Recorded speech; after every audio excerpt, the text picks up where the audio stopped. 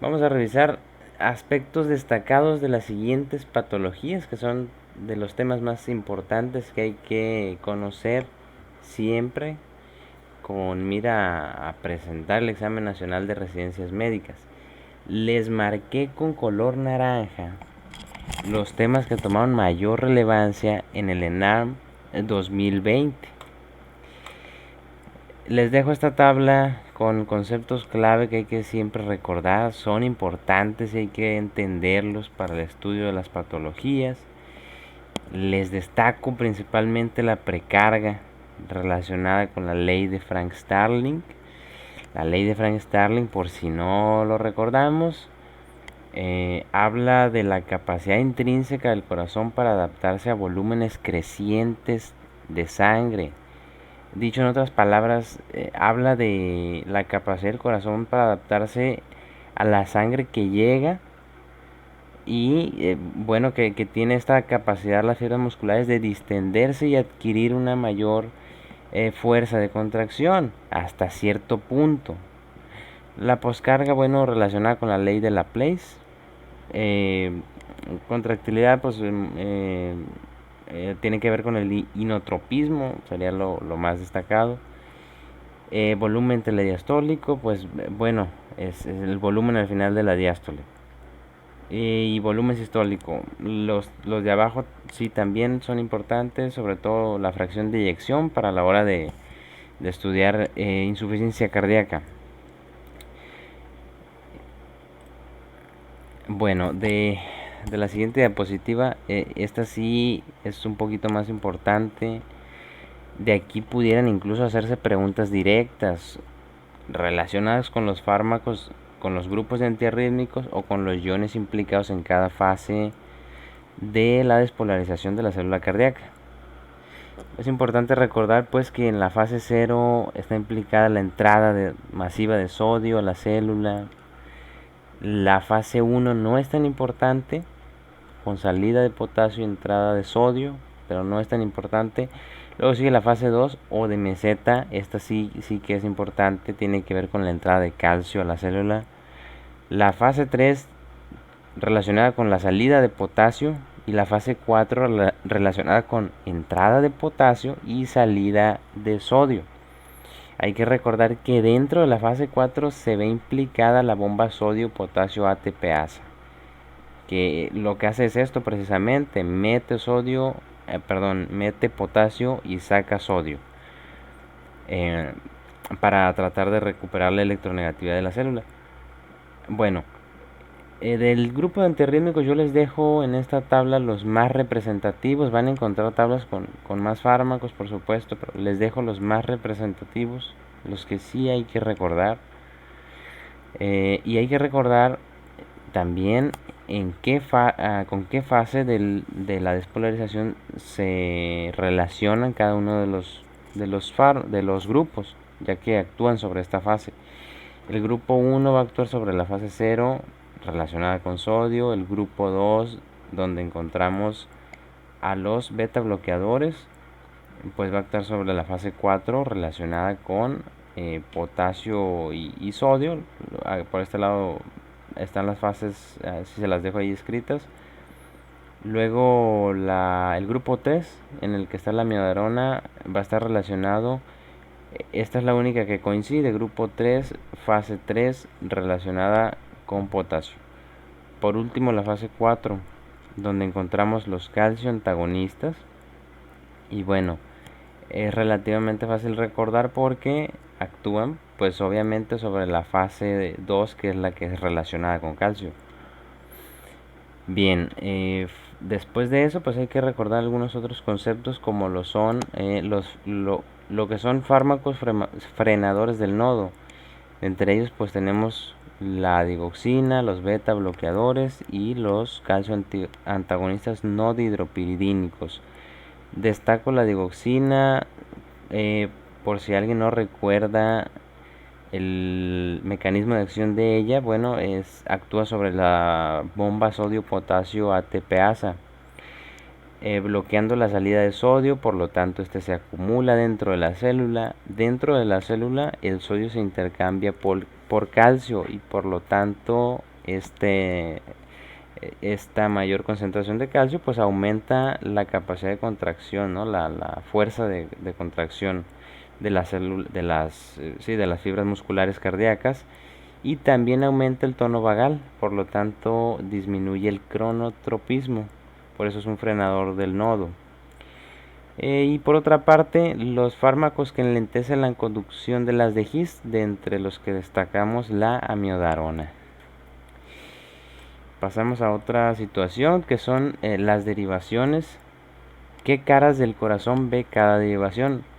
Es importante recordar cada una de ellas, inclusive cabe destacar que fue pregunta de ENARM 2020, específicamente preguntaron sobre un infarto de cara inferior y hay que entonces recordar cuál es la derivación que ve cada cara. No es tan difícil, se los dejo aquí con colores. La cara inferior 2, 3 y ABF, por este lado lo tenemos. Septal de B1 a B2, la cara anterior de B3 a B4. Aquí cabe destacar que no siempre vamos a encontrar infartos aislados, sino que vamos a encontrar a lo mejor uno anteroseptal y pues vamos a tener desniveles en el segmento ST desde B1 hasta B4. También hay que recordar que a veces se pueden ver estas lesiones en espejo, ¿no? Hay que, bueno, saber identificarlas, ¿no? Saber que existen para en un momento dado saber identificarlas. No siempre representan el isquemia o lesión, pero pudieran llegar a encontrarse. Pero para efectos del examen no, pues no hay que tomarlo tanto en cuenta, nada más saber que existen. Por último, pues las caras laterales, baja y alta. La baja de B5 a B6 aquí con color negro, y la alta con color gris 1 y ABL. Cuando estamos en el examen, cuando vemos un electrocardiograma, y esto pues nos va a servir para un electro de ritmo regular, ¿no? Una forma rápida de obtener la frecuencia cardíaca sería con la regla de 300, 150, 175, etcétera. Ya saben, el primer cuadro grande representaría 300, el siguiente 150 y así sucesivamente. La otra manera es ver cuántos cuadros grandes hay entre R y R.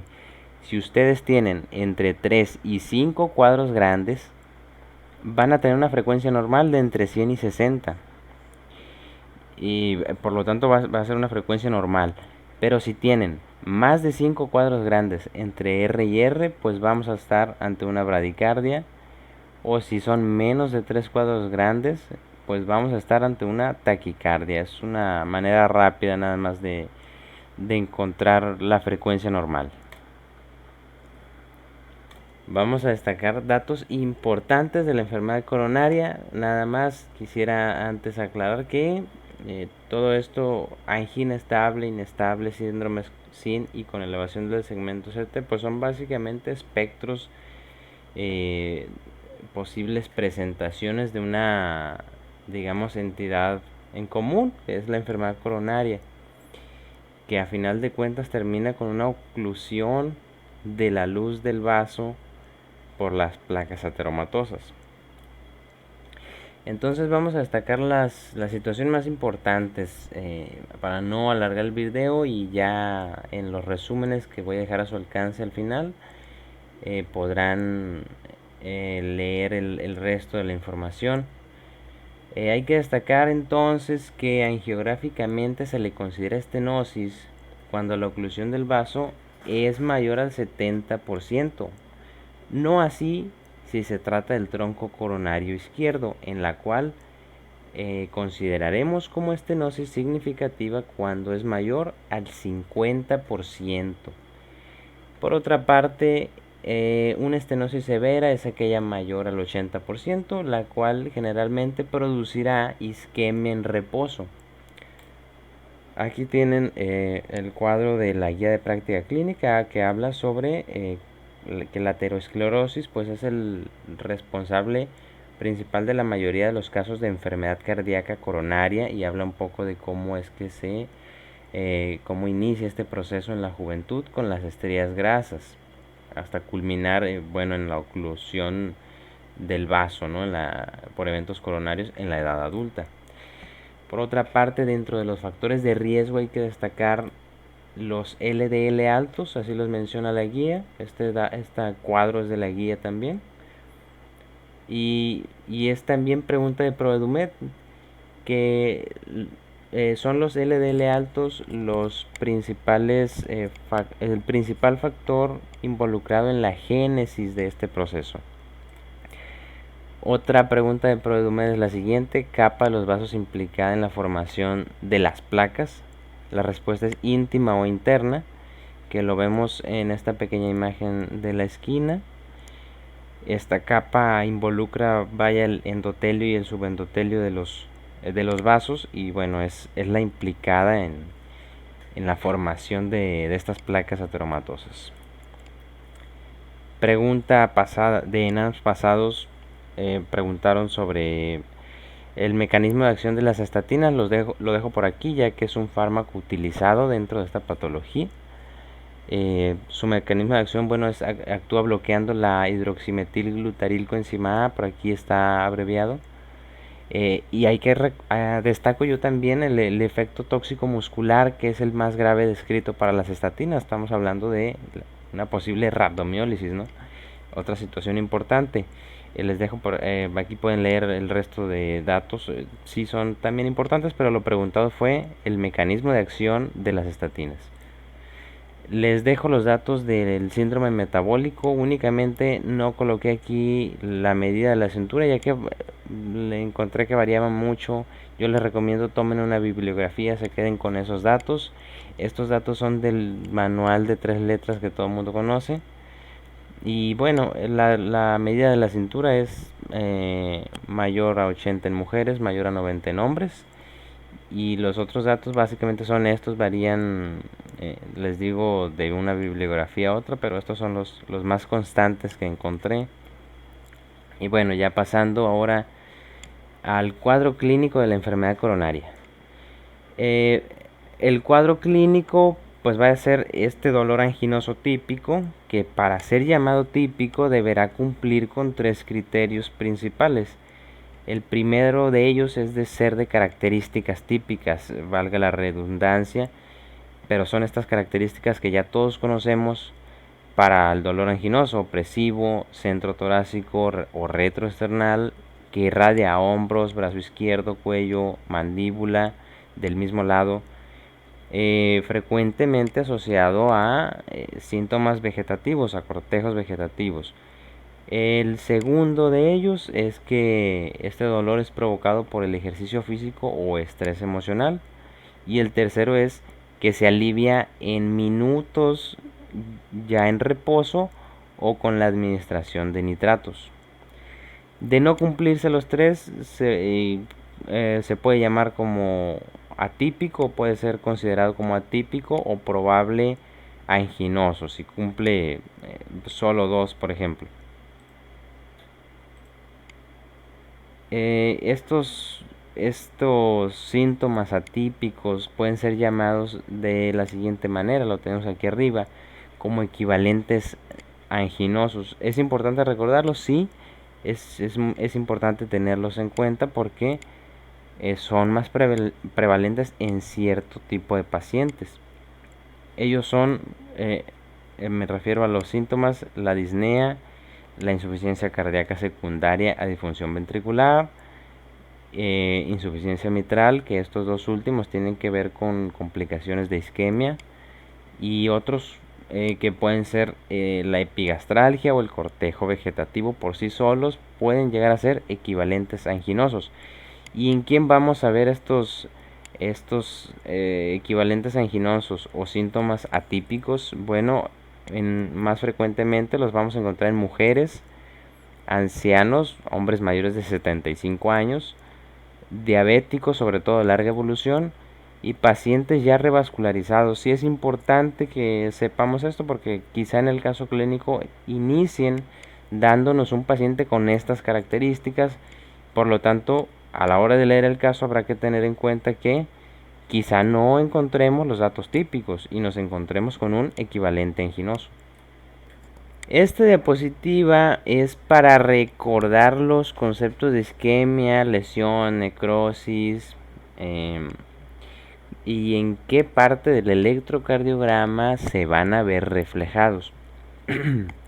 Bueno, este proceso de afección de la pared cardíaca pues obviamente va a iniciar con la isquemia, la cual la vamos a ver reflejada en el electrocardiograma en la onda T. Ahora, les dejo esto por aquí que dice, la más sensible isquemia es la porción subendocárdica de la pared cardíaca. ¿Qué quiere decir esto? Vamos a irnos a este excelente dibujo de una pared cardíaca, en el cual, aquí está la parte de afuera, en donde vienen estas líneas rojas representando a las coronarias. Y bueno, aquí está la parte de adentro, ¿no? Aquí hay sangre. Entonces, la parte de adentro, la pared cardíaca la dividí en dos con esta línea blanca al medio para ejemplificar que la parte que está por dentro o por debajo es la porción subendocárdica, por supuesto, y la que está por arriba o por fuera, más cerca de las coronarias, pues es la porción subepicárdica. ¿Cuál es la más sensible isquemia? La subendocárdica. ¿Por qué? Bueno, basta con ver las coronarias, vienen desde fuera, se introducen en el miocardio e irrigan, pero la porción subendocárdica va a ser la más alejada de esta irrigación, por lo tanto, ante una oclusión va a ser la primera en sufrir y la que mayor daño va a sufrir. Luego, pasado el tiempo que se requiera para esto, va a pasar a lesionarse entonces la parte subepicárdica. Primero isquemia, luego lesión y luego lesión. Primero isquemia, luego lesión. Primero la parte subendocárdica y luego la subepicárdica. Entonces vamos a regresar a esta tabla de por acá, donde vamos a ver primero la afección subendocárdica, que comienza por la isquemia, por supuesto. La vemos reflejada en la onda T. Vamos a recordar esta mnemotecnia que dice, la lesión es como es y la isquemia es al revés. ¿A qué se refiere? Bueno, a que en la isquemia, hablando de la isquemia subendocárdica, la onda T va a estar hacia arriba en lugar de estar hacia abajo. La onda T va a estar picuda y hacia arriba. Y pasado el tiempo necesario para que se produzca una lesión, bueno, entonces se produce la lesión después de la isquemia, y esta la vamos a ver reflejada en el segmento ST. Pero ahora la dirección que va a tomar el segmento ST va a ser hacia abajo, relacionándolo con subendocárdica o abajo.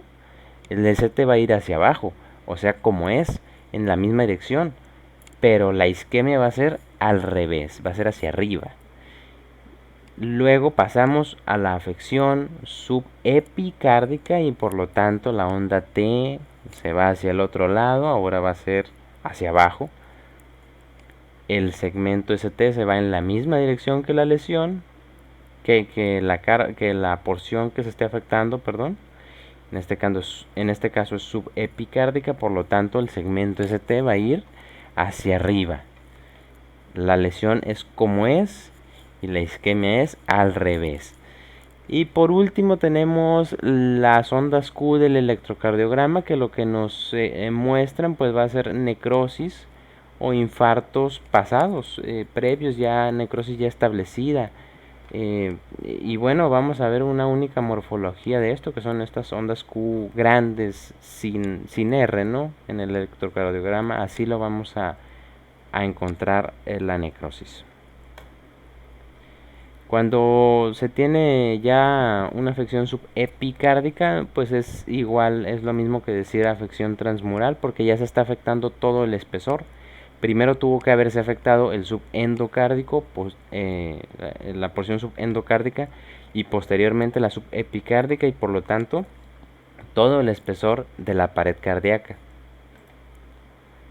Bueno, pues vamos a hablar ahora de cardiopatía isquémica, bueno, ya de los síndromes coronarios sin elevación y con elevación del segmento ST, de los infartos. Vamos a empezar recordando algunos conceptos claves de anatomía, conceptos que sí hay que tener presentes.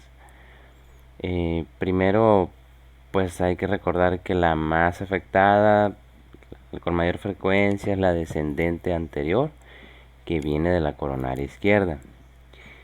Hay que recordar que las ramas septales y diagonales son ramas de la descendente anterior, marginales y obtusas son ramas de la circunfleja. Por aquí abajo hay que prestar especial atención en el hecho de que la irrigación de los nodos viene dada principalmente por la coronaria derecha. Aquí se los dejo a la izquierda. Es importante porque con la afección de la coronaria derecha, un infarto de este lado, de esta rama, pues las principales complicaciones van a ser bloqueos, ¿no? Van a ser frecuentes los bloqueos. Otra situación importante que fue, se los dejo ahí con esos símbolos porque fue pregunta del ENAM 2020. Parte del caso que ponían era de infarto inferior, como les había mencionado, y pues daban, te preguntaban por la complicación, que sería el infarto de ventrículo derecho, y preguntaban cuál era la derivación útil en este caso, que miraba el ventrículo derecho. Y en el caso solo venía B3R, no venían las dos, pero estas serían las indicadas para ver ventrículo derecho, B3R y B4R. Por otra parte, pues hay que recordar que el músculo papilar que más se rompe sería el posteromedial, porque no tiene doble irrigación, como sí lo tiene el anterolateral. Eh, lo irrigan ramas septales de la descendente anterior y marginales de la circunfleja. Entonces por eso el posteromedial es el que más tiende a romperse tras un infarto y como complicación de infarto. Bueno, ¿por qué ocurren estos síndromes coronarios agudos sin elevación del segmento ST? Bueno, pues por rotura de placa ateromatosa con erosión, trombosis, espasmo y embolización distal. Esto es lo que sucede, y síndrome sin elevación del segmento ST engloba dos espectros que serían la angina inestable, la cual no va a elevar troponinas porque no es un infarto, es una angina inestable. Y la otra entidad que engloba sería, ahora sí, el infarto subendocárdico, y este sí va a elevar troponinas. La presentación clínica de estos dos síndromes pues va a ser con angina, en este caso, bueno, a dolor típico anginoso o atípico, como lo habíamos mencionado anteriormente, y se agrega inestabilidad. Son estos síndromes agudos sin elevación, por lo tanto es angina más inestabilidad. Hay que recalcar entonces dentro de la presentación clínica de estas entidades que una angina inestable viene dada por estas características que menciona aquí la guía de práctica clínica. La duración muy prolongada, aquí la guía dice más de 20 minutos, que sean de reciente inicio, si no me equivoco serían un punto de corte ahí de 3 meses, ¿no? Que en los 3 meses anteriores haya iniciado y haya escalado en clase funcional. O aquí menciona la guía, la que inicia en clase funcional 2 o 3, pero es de reciente inicio.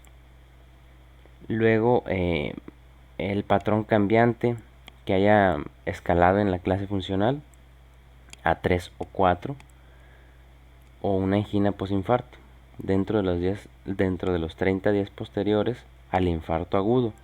De haber ocurrido el infarto y tenemos otro síndrome coronario, bueno, también es una angina inestable.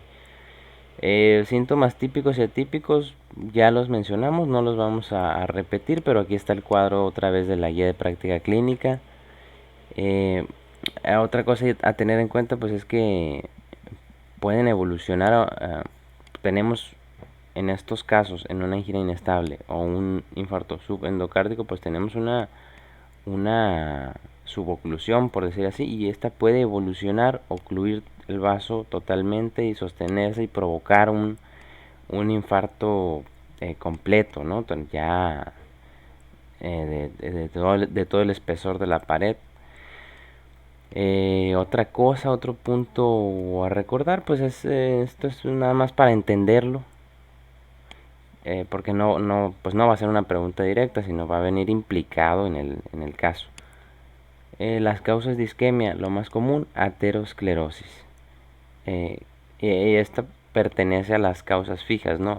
Ahí está y no es nada más de manera aguda y se quita, no, es una causa fija, la aterosclerosis, y es la más frecuente. Y de las causas transitorias, estas sí ocurren, se quitan. Pues el que hay que recalcar sería el espasmo coronario, que dentro de ella tenemos a la enfermedad de Prinzmetal. Para el diagnóstico, ahora sí, vamos a primero la clínica, la que acabamos de ver, y después vamos a echar mano de del gabinete, ¿no? Iniciamos la guía de práctica clínica, dice que cuando llega el paciente a urgencias, dentro de los primeros 10 minutos de su llegada, hay que realizar un electrocardiograma en los primeros 10 minutos de que el paciente ingresa a urgencias. Bueno, en caso de que nuestra electro 12 derivaciones sea normal o no concluyente, entonces se recomienda tomar B7 y B9, B3R y B4R. B7 y B9 para infartos posteriores, B3R y B4R para infartos de ventrículo derecho. Aquí abajo está recalcado. Luego, si no es concluyente, bueno, se hacen electroseriados en intervalos de 15-30 minutos. Si la sospecha clínica es grande, si tenemos ahí el paciente con síntomas y decimos parece síndrome coronario, pero los primeros electros no dan el diagnóstico, bueno, hacemos cada 15-30 minutos uno nuevo. También recomienda la guía una radiografía de tórax para descartar para diagnósticos diferenciales, fracturas, neumonía, etc. La otra cosa que vamos a utilizar aquí van a ser la medición de troponinas. Si tenemos troponinas, hacemos troponinas, como lo recomienda aquí. No CK, no CKMB ni mioglobina, porque lo más específico van a ser las troponinas. Pero ¿qué pasa si nosotros tomamos una muestra en cuanto el paciente llega? Y bueno, a lo mejor el paciente tiene una hora con el síndrome coronario agudo. Quizá no ha elevado troponinas todavía, por lo tanto vamos a hacer al ingreso una muestra y a las 3 a 6 horas otra muestra, porque las troponinas se elevan entre 3 y 4 horas posterior al inicio del proceso agudo del síndrome coronario agudo. Por lo tanto, vamos a hacer a las 3 y 6 horas una nueva muestra, a las 3 y 6 horas del ingreso del paciente una nueva muestra si la primera no fue concluyente. O sea, una primera negativa no descarta el diagnóstico. Luego, dentro de estas mismas enzimas, ¿Cuál de ellas nos va a servir para un probable reinfarto?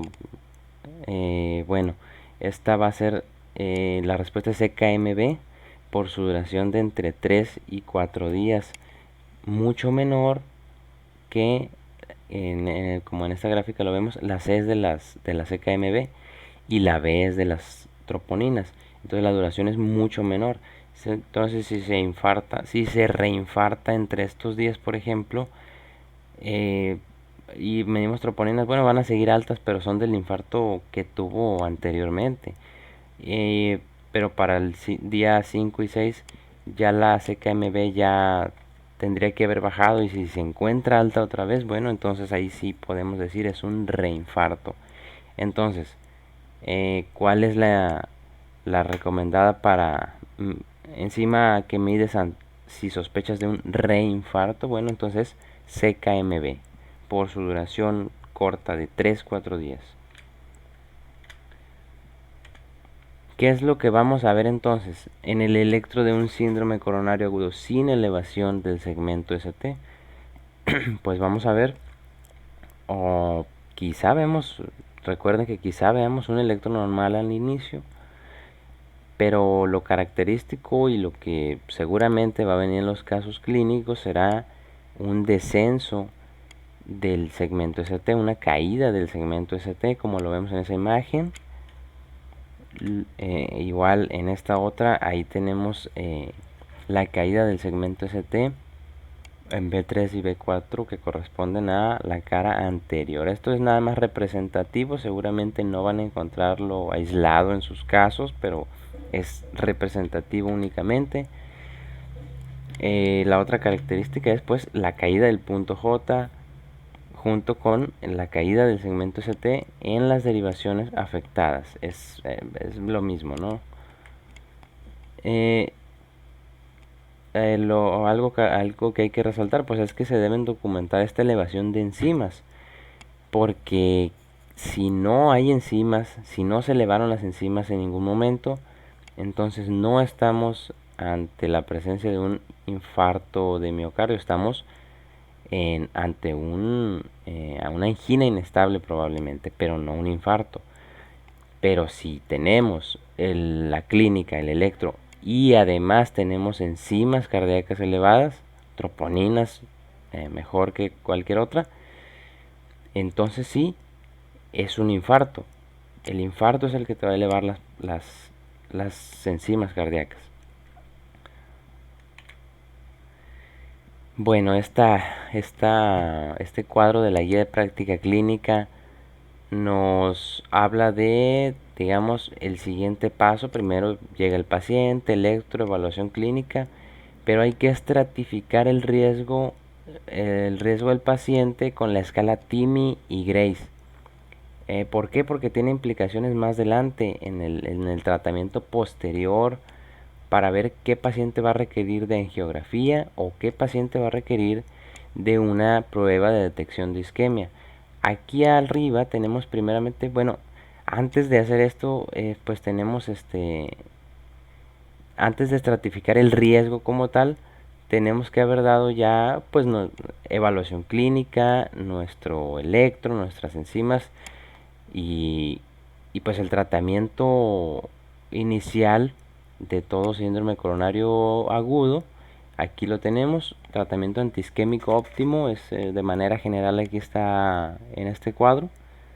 Y entonces sí, con la escala, después de esto, de todo esto, ya con la escala TIMI y Grace vamos a estratificar el riesgo del paciente. Tenemos riesgo bajo, intermedio, alto y muy alto.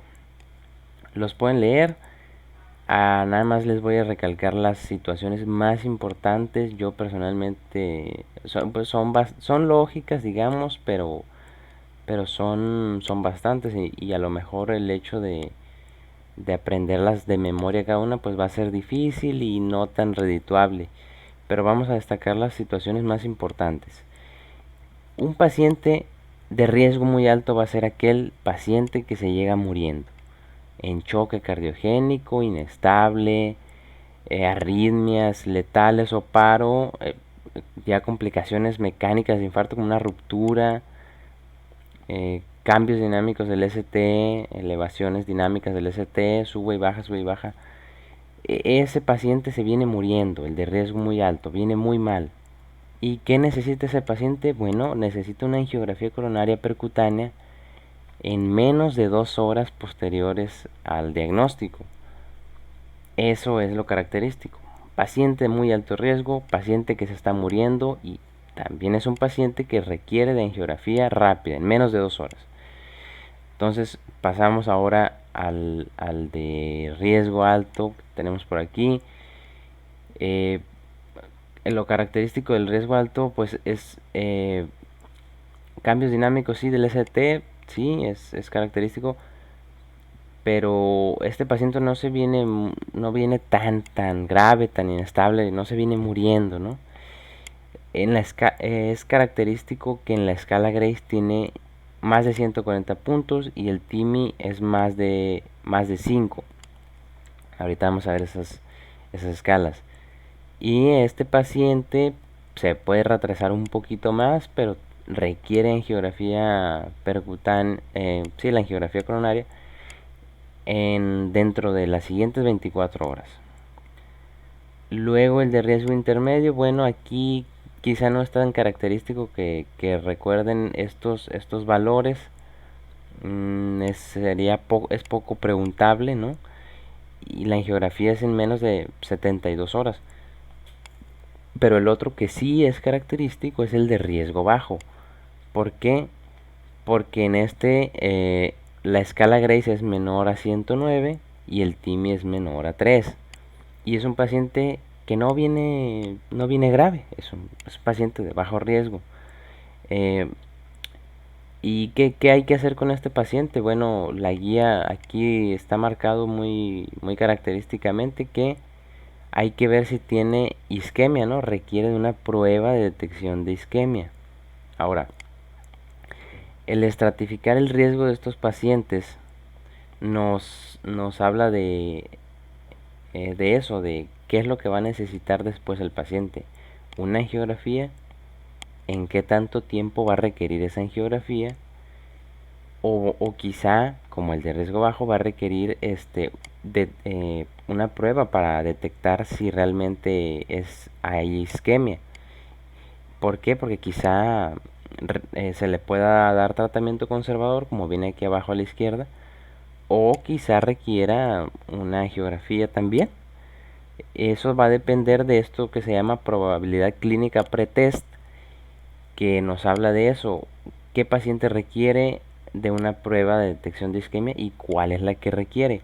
No, en eso no nos vamos a meter tanto, nada más lo vamos a mencionar aquí, que la probabilidad clínica pretest es esta tabla del lado izquierdo que nos habla de qué pacientes son de muy alto riesgo, intermedio, bajo.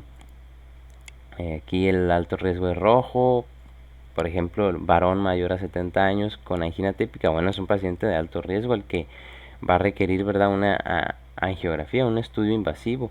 Por acá tenemos en la escala de la derecha las estrategias de diagnóstico que se van a usar según el riesgo de la probabilidad clínica pretest. No es necesario aprendernos de memoria esto, hay que entenderlo simplemente. No nos van a hacer preguntas directas de esto, o quizá las preguntas que se hagan sean bastante lógicas y no requerimos de aprendernos de memoria estas tablas. Nada más se las pongo aquí para que las vean y se las menciono porque pues claro, tienen que ver con esta estratificación de riesgo. Para eso sirve todo esto. Entonces, la probabilidad clínica pretest es, como su nombre lo indica, es esta evaluación clínica que nos indica qué pacientes de alto riesgo o qué pacientes de bajo riesgo, como una mujer de menos de 40 años, aquí lo tenemos en blanco, menos de 40 años, con un dolor que no es característico anginoso, bueno, pues tiene muy bajo riesgo, ¿no? Entonces a esta mujer de muy bajo riesgo, pues no se le va a hacer una angiografía coronaria, por supuesto, no se le va a hacer este estudio invasivo, ¿no? A los de riesgo intermedio, por ejemplo, Aquí los de color rosa, pues se le va, aquí tenemos, ¿no? Estas ecoestrés, medicina nuclear, etcétera. Bueno, para eso sirven estas tablas, hay que entenderlas nada más, pero no hay que aprenderlas de memoria. De este lado, en esta otra diapositiva, son las escalas TIMI y Grace. TIMI para mortalidad de infarto en los posteriores 14 días del síndrome coronario agudo sin elevación del ST.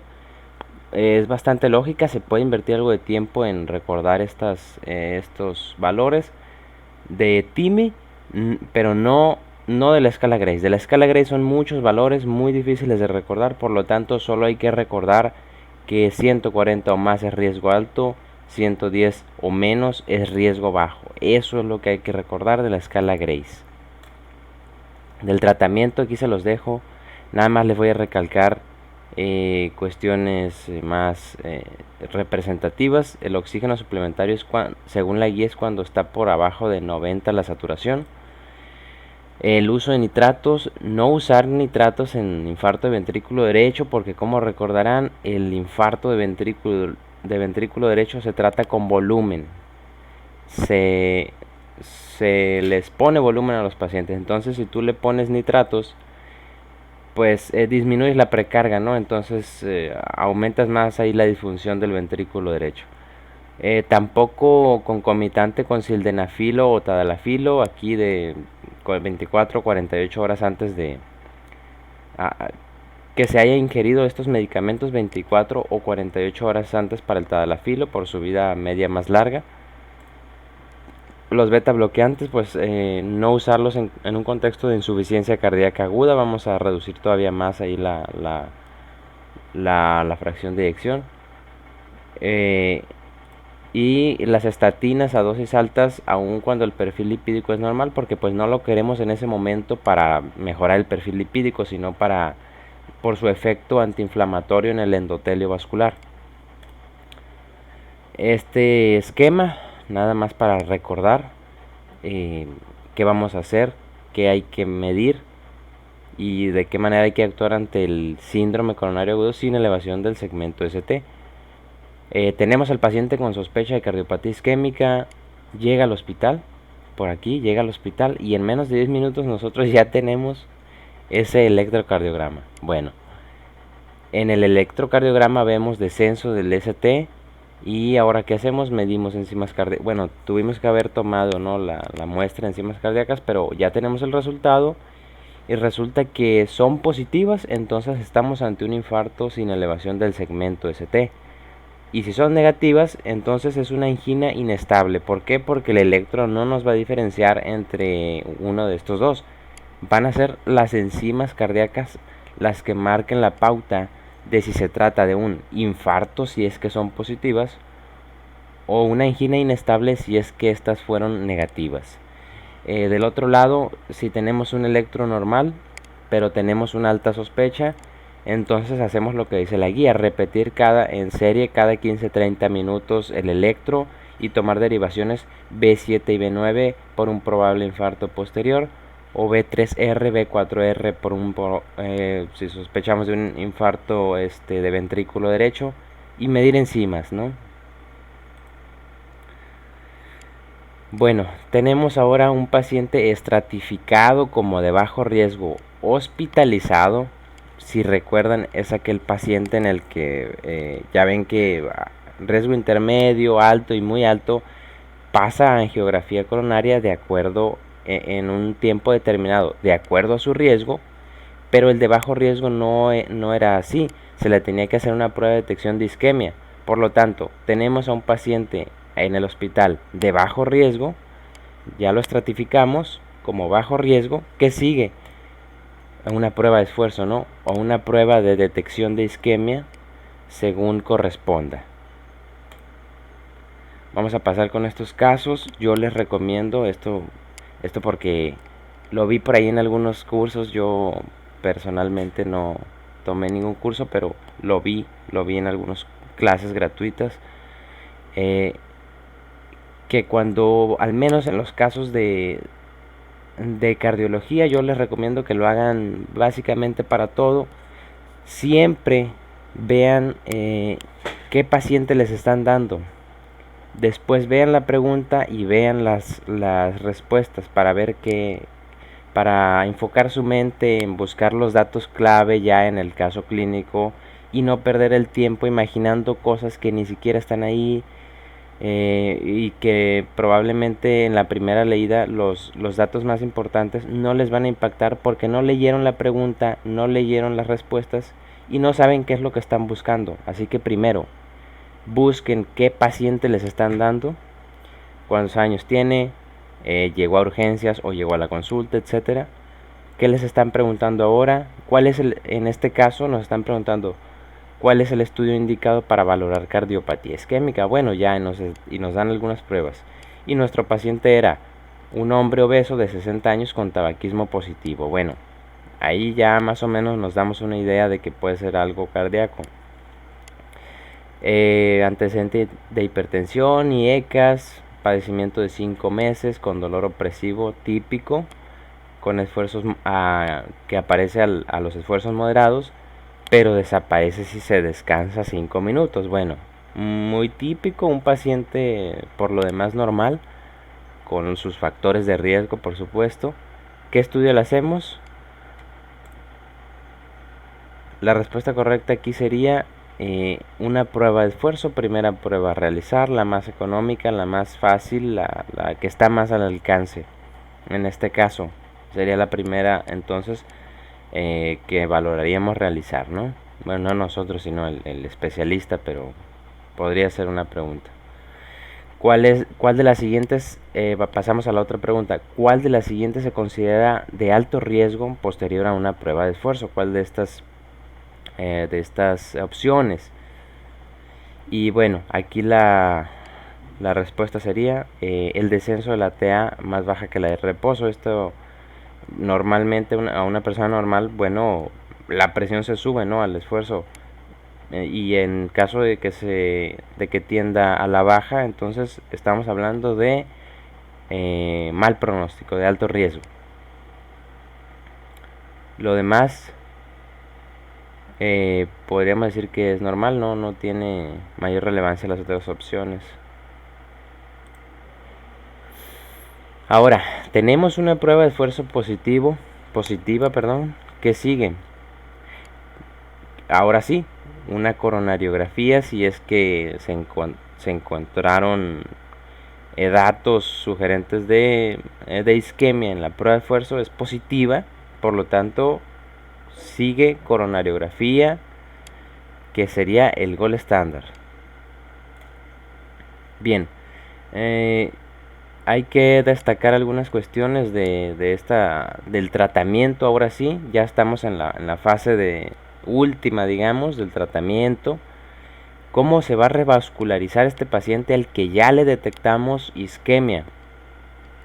Con una prueba de detección de isquemia, con una coronariografía. Ahora, ¿cuál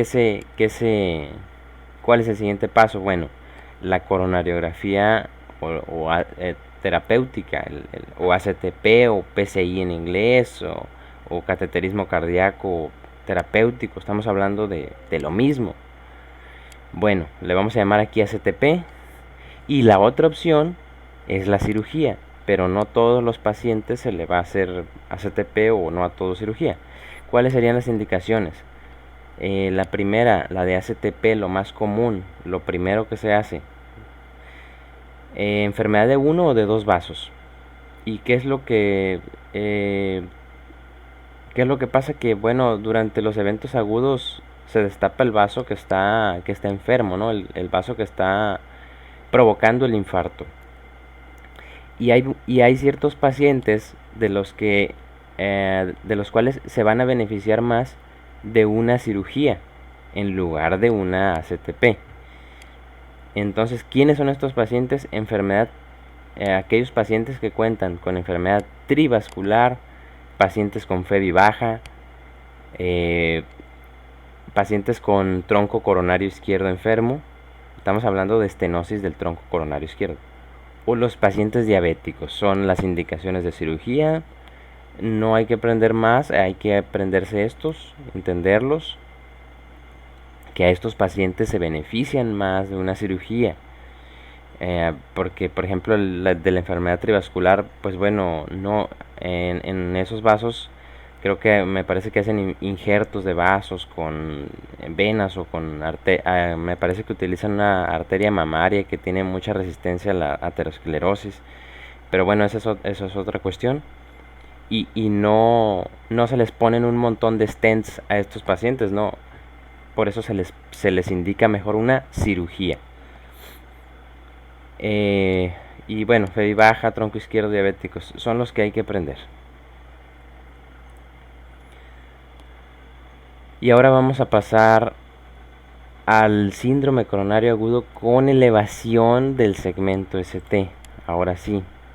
Antes de empezar vamos a recordar que hay distintos tipos de infartos, se los dejo aquí. El más importante es el tipo 1. El infarto espontáneo, clásico, el normal que conocemos por rotura de placa de ateroma. Ese es el tipo 1. Solamente voy a recalcar ese, los demás los pueden leer. Y bueno, de cómo se va a presentar este paciente. Con dolor anginoso o equivalentes, también podría ser. Con duración de más de 20 minutos, que no responde al reposo o a la nitroglicerina, síntomas vegetativos, etc. Algo pues importante o curioso más bien es su presentación a primeras horas de la mañana por activación simpática, por los ritmos circadianos, ¿no? Nada más, básicamente es lo que ya conocen, esa presentación con dolor anginoso o equivalentes. Hay unos puntos a recalcar pues de esto viene en la guía de práctica clínica. Infartos del miocardio pueden presentarse como dolor torácico típico de por lo menos 20 minutos de duración o atípicos, ¿no? Aquí mismo lo dice, perdón, o inclusive sin dolor. Aquí pues nos está hablando de los equivalentes anginosos. Y también nos dice, estas presentaciones son comunes en adultos mayores, lo que vimos anteriormente, estamos hablando de lo mismo.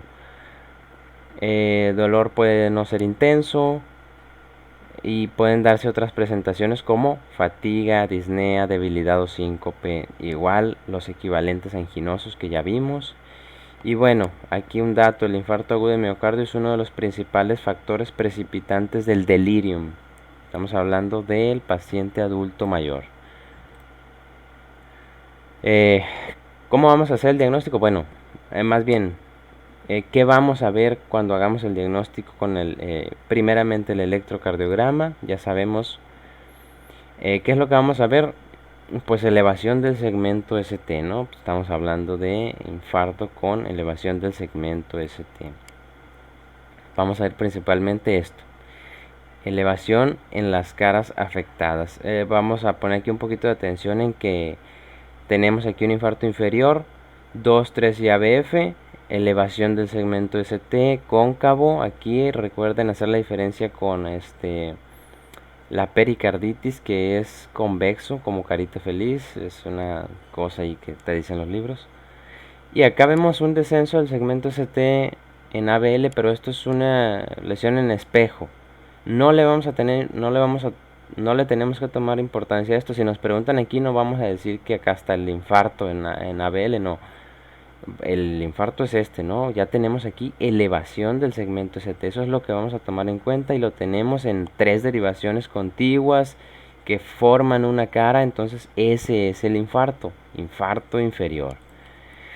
Bueno, acá tenemos otro. Aquí no se ve muy bien qué derivaciones son, pero se ve bien la imagen de elevación del segmento ST cóncavo. Aquí está en derivaciones contiguas. Otra vez, esto es otro infarto inferior. Y también otra vez lesiones en espejo por acá. Hay que recuerden lo que les decía, saber identificar que esto no es el infarto, son lesiones en espejo. Bien, en cuanto al tratamiento, ahora sí la parte más importante, la parte digamos un poco más compleja. Vamos a dividirla en pasos. Estamos hablando, recuerdo, el tratamiento de un síndrome coronario agudo con elevación del segmento ST, y vamos a ver la fase aguda, el paso 1 del tratamiento, lo que ya conocen, ¿no? Mona, el tratamiento general antiisquémico que se le da a todos estos pacientes a su llegada a urgencias, morfina y monitoreo, oxígeno si es menor a 90%, la nitroglicerina si no se sospecha de un infarto de ventrículo derecho, la doble antiagregación con sus correspondientes cargas que ustedes encontrarán la dosis directamente de los cuadros de la guía de práctica clínica en los resúmenes que van a encontrar al final de la presentación. Entonces es doble antiagregación, ¿no? Básicamente en la fase aguda pues es la dosis de carga lo que vamos a estar administrando, la anticoagulación con enoxaparina y la atorvastatina a dosis altas por su efecto antiinflamatorio en el endotelio vascular. Bien, fase aguda, paso número 2, la clasificación mediante la escala Kill y Kimball, que bueno, aquí como aquí lo dice, es para la probabilidad de muerte en los próximos 30 días. Esta sí apréndanla, obviamente es importante y es muy fácil de aprender. 1, pues no hay prácticamente nada, sin estertores, sin tercer ruido, no hay datos de falla cardíaca, 5% de mortalidad. 2, presencia de estertores o tercer ruido. 3, estertores en la mitad de los campos y o edema pulmonar. Y 4, choque cardiogénico. Y listo, es lo que hay que saber. Tercer paso, ¿qué es lo que sigue? Bueno, ahora sí vamos a dar el tratamiento. Ya hicimos... bueno, aquí nada más una pequeña pausa. Y si tenemos en nuestro electrocardiograma elevación del segmento ST, tomamos muestra para medir enzimas cardíacas. Pero si el electro nos está mostrando una elevación del segmento ST, no nos vamos a esperar a tener las enzimas cardíacas para ver si es un infarto. No, acuérdense que aquí es urgente el tratamiento porque se está afectando todo el espesor de la pared cardíaca. Se está afectando el epicardio. Acuérdense, está hacia arriba el segmento ST. Bueno, entonces el tercer paso, todavía estamos en una fase aguda, se puede decir. El tercer paso sería fibrinolisis o ACTP según corresponda. Esto lo vamos a decidir de la siguiente manera. En esta, bueno, hay que conocer algunos conceptos como lo son el tiempo total de isquemia. Esto se refiere al tiempo desde el cual comenzó la oclusión del vaso y comenzaron los síntomas hasta el tiempo en que nosotros lo estamos viendo en el hospital, ¿no? Básicamente hay que saber esto a un paciente que lleva menos de 12 horas con isquemia, con dolor, con síntomas, con el infarto, vaya. A este paciente se le destapa la arteria con ACTP o fibrinolisis según corresponda. Ahorita vamos a ver cuál correspondería, ¿no? Pero a este paciente se le tiene que destapar la arteria. Es un paciente que tiene dolor, que tiene todavía, se le puede salvar ahí miocardio si le destapas la arteria. Por lo tanto, le debes de destapar la arteria dentro de las primeras 12 horas. Pero si ya tienes a un paciente de más de 12 horas y por ejemplo este paciente ya no tiene dolor, ya hizo otros cambios en el electro, ya pasaron los síntomas, digamos, este paciente probablemente ya no haya que reperfundirlo porque el tejido ya está muerto. Entonces ya no va a servir de nada.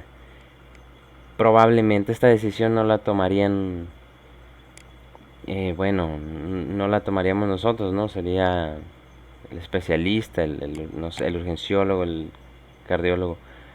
Esto ya se hace, es una cuestión ya dudosa, no les van a preguntar esto porque no es algo no hay una regla para esto, por lo tanto no se los van a preguntar así, pero hay que saber que las primeras 12 horas son las importantes, que deben de destaparle las arterias a los pacientes. A partir de las 12 está dudoso ahí el asunto, podría ser, podría no ser, pero a partir de 48 horas prácticamente a nadie se le va a destapar. Quédense con eso. A partir de 48 horas no le van a destapar la arteria a los pacientes. Y seguramente ya no van a tener síntomas. Bien, vamos a poner atención ahora en la imagen blanca que está aquí. De aquí nada más vamos a... es un esquema simplemente, vamos a recalcar las cuestiones importantes que hay que aprender de aquí. Este esquema habla de el inicio de los síntomas. Por acá del lado izquierdo tenemos al paciente aquí quejándose. Y aquí dice retraso del paciente, ¿no? Y retraso de los servicios de emergencia. Esto estamos hablando del tiempo entre el que el paciente inició con sus síntomas y el tiempo en el que llega al hospital. Que podría ser de horas, minutos, etcétera. Bien. Aquí entonces vamos a poner atención en el medio. Estamos hablando de que el paciente llega, por ejemplo, a un centro en el que no se puede realizar una PCI o lo que es lo mismo ACTP o cateterismo cardíaco, es lo mismo, ¿no? No se puede hacer esto. Pero tenemos al paciente aquí, ya nos llegó aquí y ya le hicimos aquí su diagnóstico de síndrome coronario agudo con elevación del segmento ST, por aquí donde estoy moviendo el cursor. Ya le hicimos su diagnóstico, ok, pero nuestro centro no tiene una sala de hemodinamia, no se le puede reperfundir con cateterismo. Y la sala de hemodinamia del hospital más cercano está a más de 120 minutos del lugar en el que estamos. ¿Qué es lo que tenemos que hacer? Fibrinolisis. Aquí no sé por qué dice 10 minutos, si no me equivoco serían 30 minutos. Aquí en esta área que estoy recalcando. A eso se le llama...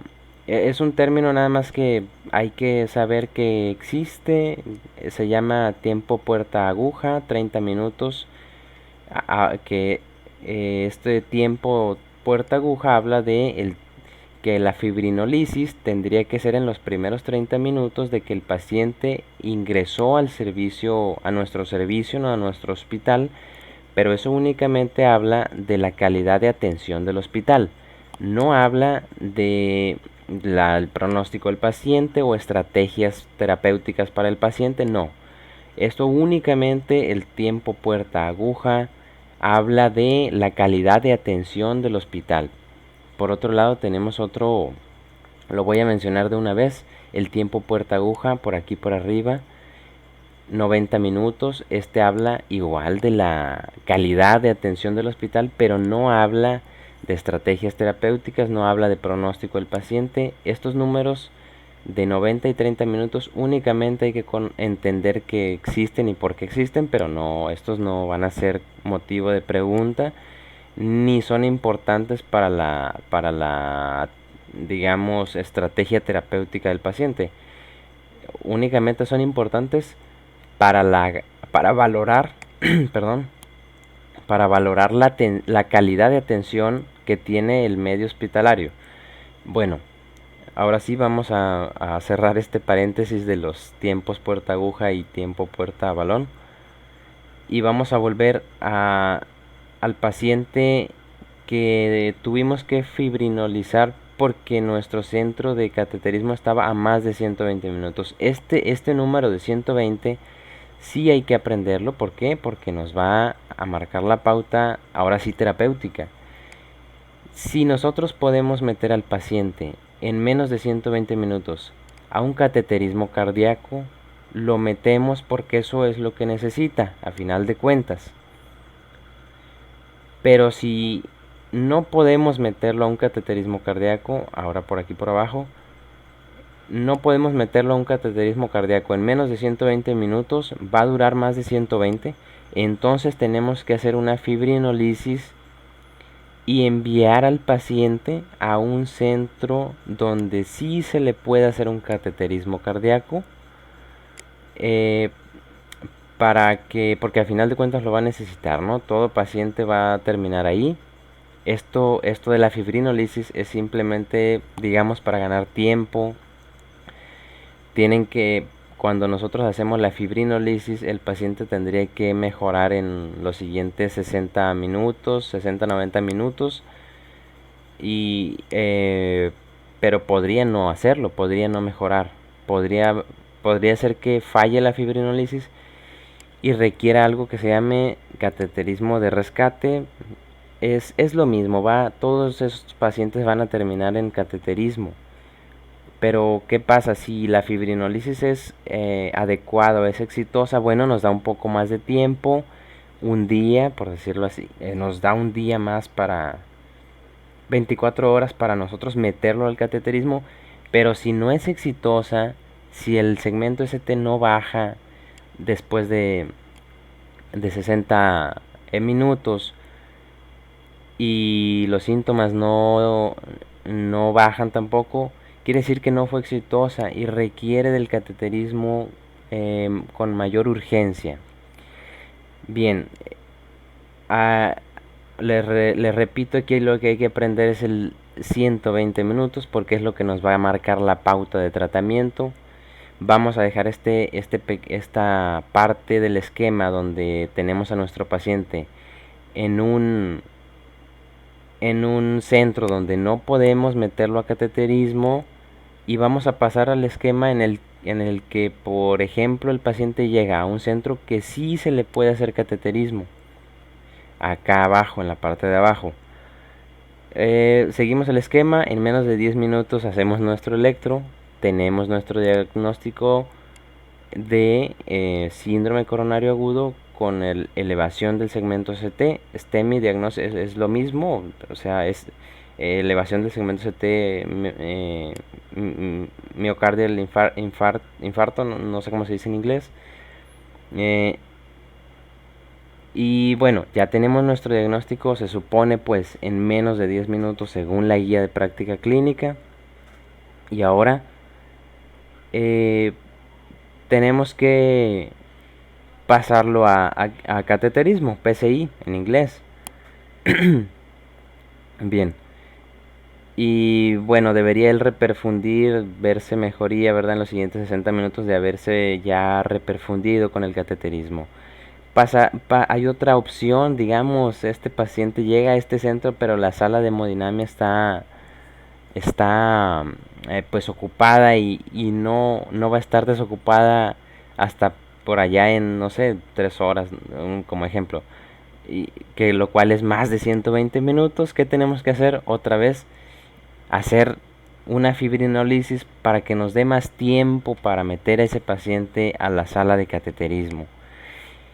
Entonces hay que aprender tiempos que hay que aprender: 10 minutos para hacer el diagnóstico, 120 minutos para saber si vamos a hacer una fibrinolisis o ver si vamos a poder meter al paciente a cateterismo en menos de 120 minutos. Esos son los tiempos que hay que aprender. Los de tiempo puerta aguja y tiempo puerta balón no son tan importantes, pero igual y no son difíciles de recordar. De este lado tenemos un cuadro de la guía de práctica clínica en lo que nos habla de un paciente. Estamos hablando de un paciente igual,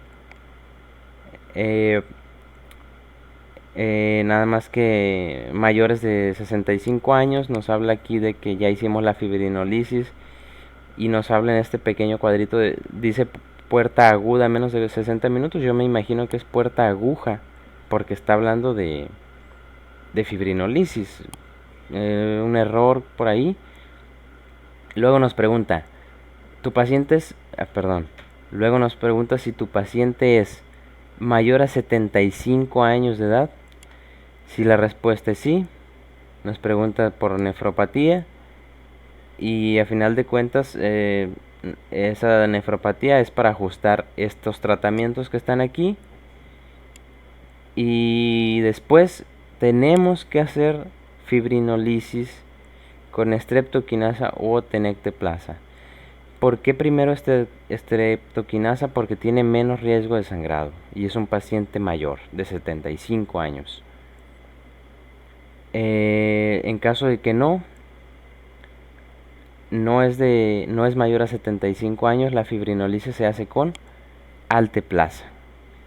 ¿Por qué? Porque la alteplasa tiene un mayor riesgo de sangrado. Esa es la razón de elegir o streptokinasa primero para mayores de 75 o alteplasa primero para menores de 75 años. Vamos a pasar a las indicaciones de coronariografía. Perdón, no. Primero vamos a ver de fibrinolisis. Si nosotros tuvimos la necesidad de fibrinolizar al paciente porque nuestro centro de ACTP estaba a más de 120 minutos de distancia, por decirlo así, o la sala de procedimiento estaba ocupada y va a tardar más de 120 minutos, hacemos nuestra fibrinolisis. Pero ¿a qué pacientes no le vamos a poder hacer fibrinolisis? Bueno, van a ser pacientes, aquí lo tienen en este cuadro, no los vamos a leer, aquí lo tienen para revisarlos. Por otro lado, las indicaciones de coronariografía o cateterismo, ACTP, PCI, como le quieran decir. Bien, aquella CTP primaria pues es la que se hace en este paciente con su diagnóstico en menos de 10 minutos y que tenemos a la de cateterismo en menos de 120 minutos, se la hacemos y es la CTP primaria. A este paciente no le hicimos fibrinolisis porque lo pudimos pasar a ACTP en menos de 120 minutos. La otra es la ACTP de rescate, la cual se hace tras una fibrinolisis fallida. Si luego de 60 minutos de la fibrinolisis pues no tuvo éxito, no bajó el ST, no se quitaron los síntomas, tenemos que hacer una ACTP de rescate. Se llama así porque pues se hace después de la fibrinolisis, simplemente por eso. Es una ACTP de rescate. Aquella fibrinolisis que se puede hacer en las siguientes 24 horas tras fibrinolisis se hace, ¿por qué? Porque la fibrinolisis tuvo éxito y nos dio tiempo, nos dio 24 horas para nosotros meter a nuestro paciente a ACTP. Y por último, pues la ACTP urgente que se hace en aquellos pacientes de muy alto riesgo, ¿no? Lo que vimos, básicamente el paciente que llega muriéndose en choque, que llega inestable, etcétera, con cambios dinámicos del ST, etcétera. Este paciente requiere ACTP en menos de 2 horas. Lo vimos en el cuadro de la guía de práctica clínica, en la parte del todo derecha, el paciente de muy alto riesgo, para que lo recuerden o lo revisen, es el que requiere ACTP o coronariografía en menos de 2 horas. Bien, complicaciones del infarto no las vamos a leer, son muchas, pero se las dejo aquí. Nada más vamos a recalcar las situaciones curiosas o importantes para el examen. Esto fue pregunta de NARM 2020. Causa de muerte prehospitalaria en pacientes con infarto son las arritmias malignas. Es la fibrilación ventricular primero. Es la más frecuente, es la que mata a los pacientes con infarto antes de llegar al hospital. Complicación de infarto inferior, bloqueos, lo más frecuente, muy frecuente, e infartos de ventrículo derecho. Pregunta también de NARM 2020. No venía la opción de bloqueos, venía la opción de infarto de ventrículo derecho. Así que no, por ejemplo, si tienen la pregunta y no viene bloqueos, váyanse por la segunda opción, no la primera, porque pues no está. Y descarten las que no son, siempre hagan eso, siempre primero descarten, casi siempre hay dos y siempre va a haber una que no tenga ningún sentido y la puedan descartar. Así que hagan primero eso, descartar respuestas que no tienen sentido para lo que les están preguntando. Bien, causa de muerte intrahospitalaria, insuficiencia cardíaca. Aquí les voy a dejar unos segundos en ARM, así le vamos a llamar a esta cosa. Segundos en ARM donde ustedes van a tener que identificar las alteraciones de este electrocardiograma. Les voy a decir, tiene dos alteraciones que ustedes deben encontrar rápidamente. Les dejo aquí unos segundos en ARM con una distracción tipo en ARM.